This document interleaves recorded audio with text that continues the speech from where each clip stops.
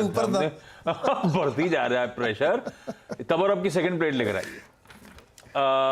Event से पहले fade के कोई बॉन्ड्स, कोई डॉलर इंडेक्स, थोड़ा सा यील्ड कूल ऑफ होती हुई आपको नजर आएंगी। कच्चा तेल जो ये मेंशन कर रहे थे, ग्लोबल संकट के बीच और दबाव बढ़ रहा है, और ये सब क्राइसिस के बीच में एक ही चीज चमक रही है जो सेफ्टी का इंडिकेशन दे देती है। सोना $2,500 प्रति आउंस पे इस समय इंटरनेशनल मार्केट्स में ट्रेड करता हुआ। 81 बॉन्ड्स याद होंगे आपको, हमने येस बैंक के केस में सुने थे। एडिशनल टियर 1 बॉन्ड, ज्यादा रिस्क ज्यादा रिवॉर्ड, लेकिन एक कैपिटल थ्रेशोल्ड के नीचे गया, बॉन्ड की वैल्यू 0। तो वही हुआ क्रेडिट स्विस के साथ, वही हुआ था येस बैंक के केस में। खैर,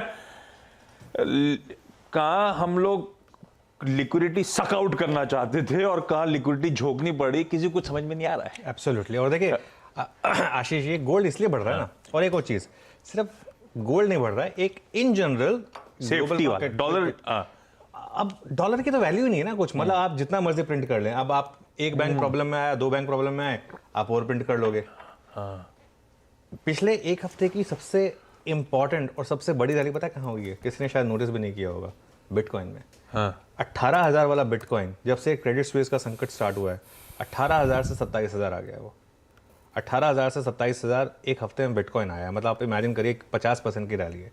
वो क्यों है? और वो क्योंकि इस पूरे संकट ने इसमें एक नई लाइफलाइन दे दी है बिटकॉइन में। क्योंकि आपको ये लग रहा है कि अब आपके डॉलर की कोई वैल्यू नहीं है, ये जो फिएट करेंसी जिसे बोलते हैं, ऐसी कोई वैल्यू नहीं है। अगर आप इसको इतना अगेन प्रिंट कर सकते हैं, 2008 की याद दिलाता है वापस। और इसके लिए अब आप चाहते हैं कि ऐसे एसेट्स हों जो, अब जैसे गोल्ड है, अब गोल्ड को आप जब मन करे तब प्रिंट नहीं कर सकते ना, जितना गोल्ड है वो है उतना है। आप माइन करते हैं वो अलग बात है। बिटकॉइन भी एक फिक्स्ड है, इससे ज़्यादा बिटकॉइन नहीं होंगे। वो उसका सबसे बड़ा सेलिंग पॉइंट ये था कि कल को ये नहीं हुआ कि मैं और 1 मिलियन बिटकॉइन छाप दूंगा। आप छाप ही नहीं सकते, एक फिक्स क्वांटिटी है उसकी।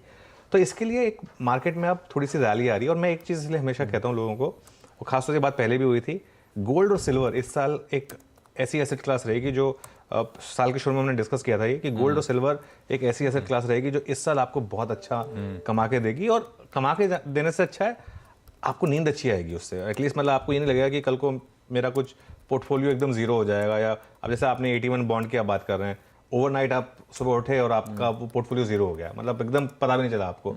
तो वो सब नहीं होगा एटलीस्ट यहाँ पर। एक और चीज़ जो हो रही है, और अब उसका खैर proof of the pudding is in the eating, अब थर्सडे को पता चल जाएगा कि यूएस फेड क्या करने वाला है। बॉन्ड यील्ड काफ़ी ठंडी हो गई है उसकी वजह से। तो देखते हैं इन सब का कॉम्बिनेशन क्या रहेगा। आज मैं थोड़ा सा, मेरी निफ्टी और बैंक निफ्टी में थोड़ी ऑपोजिट स्ट्रैटेजी है, मैं उस पर आऊँगा, लेकिन मैं आज नज़र रहेगी निफ्टी आईटी पर।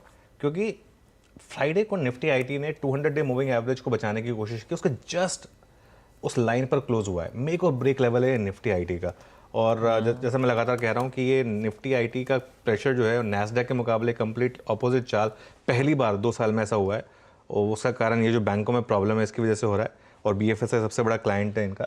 लेकिन मुझे ऐसा लग रहा है कि एक इंडिकेशन मिल रहे हैं कि शायद लोअर लेवल पर थोड़ा सपोर्ट ले रहा है। आज अगर निफ्टी आईटी कोलैप्स कर गया अगर, तो मुझे लग रहा है वो साफ इंडिकेशन होगा कि अब मार्केट में वो जो रैलीज हैं वो सस्टेन करना थोड़ी टफ होंगी। वैसे एसजीएक्स निफ्टी बता रहा है गैप डाउन, मुझे लग रहा है थोड़ा हो सकता है कि इतना गैप डाउन ना दिखाए एसजीएक्स, मतलब एक्चुअल ओपनिंग में हो सकता है कि थोड़ा इससे बेटर ट्रेड हो, क्योंकि हो सकता है हम डाउ फ्यूचर्स पर ज़्यादा लैच ऑन करें। हालांकि डाउ फ्यूचर्स भी थोड़े नीचे आ गए हैं ऊपरी लेवल से, लेकिन 100 पॉइंट का गैप डाउन मुझे थोड़ा टफ लग रहा है। अगर होगा तो फिर देखते हैं, फिर मेरे ख्याल से शायद एक बार के लिए तो वो आपको एक शायद बाय ट्रेड भी देगा शायद वहाँ पर। भाई साहब, ये है ग्लोबल मूड। हालांकि